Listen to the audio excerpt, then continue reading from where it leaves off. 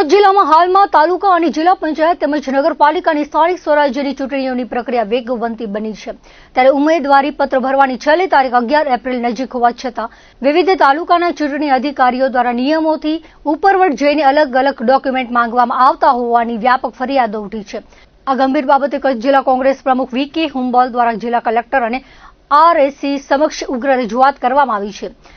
તેમણે આક્ષેપ કર્યો છે કે ચૂંટણી અધિકારીઓ મનસ્વી રીતે પોતાના નિયમો અને ખોટા ચેકલિસ્ટ બનાવી ઉમેદવારોને હેરાન કરી રહ્યા છે, જેના કારણે ઉમેદવારોમાં પોતાનું ફોર્મ રદ થઈ જશે તેવો ભય જોવા મળી રહ્યો છે।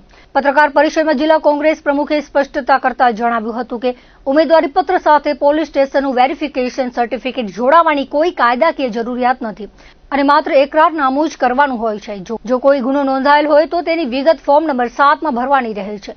તેવી જ રીતે પંચાયત કે નગરપાલિકાના વેરા બાકી હોવા બદલ કોઈ એનઓસી લેવાની જોગવાઈ નથી અને માત્ર ડિફોલ્ટર જાહેર થયેલ હોય તો જ ઉમેદવારી પત્ર રદ થઈ શકે છે। સ્કૂલ લિવિંગ સર્ટિફિકેટનો આગ્રહ પણ બિનજરૂરી છે, કારણ કે ઉમેદવારી ફોર્મમાં માત્ર ઉંમરની વિગત દર્શાવવાની હોય છે। જો ઉમેદવારી પત્રમાં કોઈ વિગત અધૂરી હોય તો પણ ચૂંટણી અધિકારી ઉમેદવારને તેની જાણ કરી પૂર્તતા કરાવવાની જવાબદારી બને છે।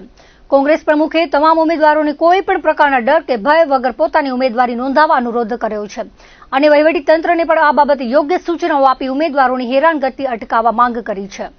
અત્યારે સ્થાનિક સ્વરાજની ચૂંટણીઓ, તાલુકા પંચાયત, જિલ્લા પંચાયત અને નગરપાલિકાની ચૂંટણીઓની પ્રક્રિયા ચાલુ છે।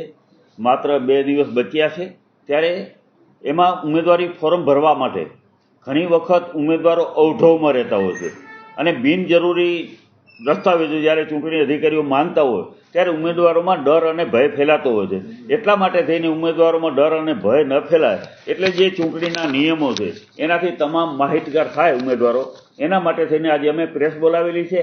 આજે અમે જિલ્લાના ચૂંટણી અધિકારીને, કલેક્ટર સાહેબને પણ મળ્યા અને કલેક્ટર સાહેબને કહી અને દરેક તાલુકા ચૂંટણી અધિકારીઓ, કારણ કે દરેક તાલુકામાં ચૂંટણી અધિકારીઓ અલગ અલગ નિયમો બતાવે છે જેને કારણે ઉમેદવારો હેરાન થાય છે, તો એક પરિપત્ર કરી અને બધાને એક નિયમ લાગુ થાય એ રીતે તમે પરિપત્ર કરવા માટેની અમે રજૂઆતો કરી છે।